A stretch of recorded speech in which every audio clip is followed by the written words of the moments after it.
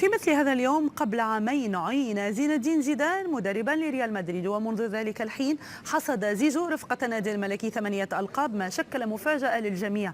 فكيف كان طريق زيدان خلال هذين العامين؟ لنتابع التقرير التالي.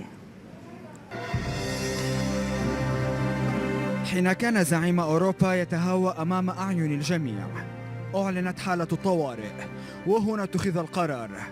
زين الدين زيدان رجل المرحلة المقبلة. أريد أن أعلمكم أن الهيئة الإدارية لريال مدريد قررت تعيين مدرب جديد للفريق، وسيكون زين الدين زيدان. إيجاد الصيغة الأنسب لما هو قادم كان أصعب ما تعين على الرجل الفرنسي فعله، فأن تقف مدربا في البرنابيو هذا يعني أن لا شيء آخر سيشفع لك إلا نتائج. حتى تاريخك وإنجازاتك كلاعب ستصبح من المنسيات إن تهت عن طريق البطولات. فهم زيدان الدرس حين كان مساعدا لأنشيلوتي، بل فهم كيف يصل إلى قلوب اللاعبين قبل عقولهم. حاز على محبة واحترام الجميع، فكان التعاضد الذي أوصل كأس ذات الأذنين 11 إلى الخزنة الملكية. البعض اعتقد أن ما تحقق كان مجرد حظ لا أكثر. مستوى التحدي بات أكبر، والألقاب الثلاثة الأولى وضعها زيدان جانبا.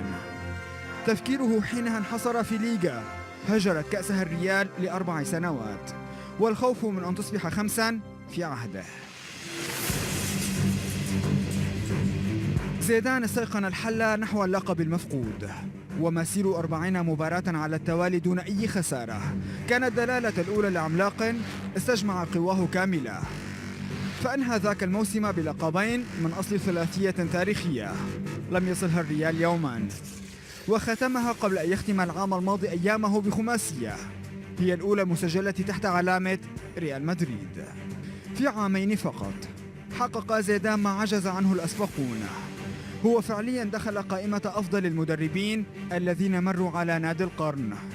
8 كؤوس صنفته في المركز الثاني كأكثر المدربين حظا للألقاب، وحده ميخيل مونوث من قد يصعب الوصول إليه. 11 مباراة فقط خسرها الفرنسي من أصل 115 قاد بها الريال، قد تكون دافعا لتجاهل ما حصل هذا الموسم محليا والتركيز على ما بين يديه أوروبيا. فهناك إن صعد منصة كييف في مايو أيار المقبل، حينها يحق له أن يعتزل المهنة ويجلس في منزله مفتخرا.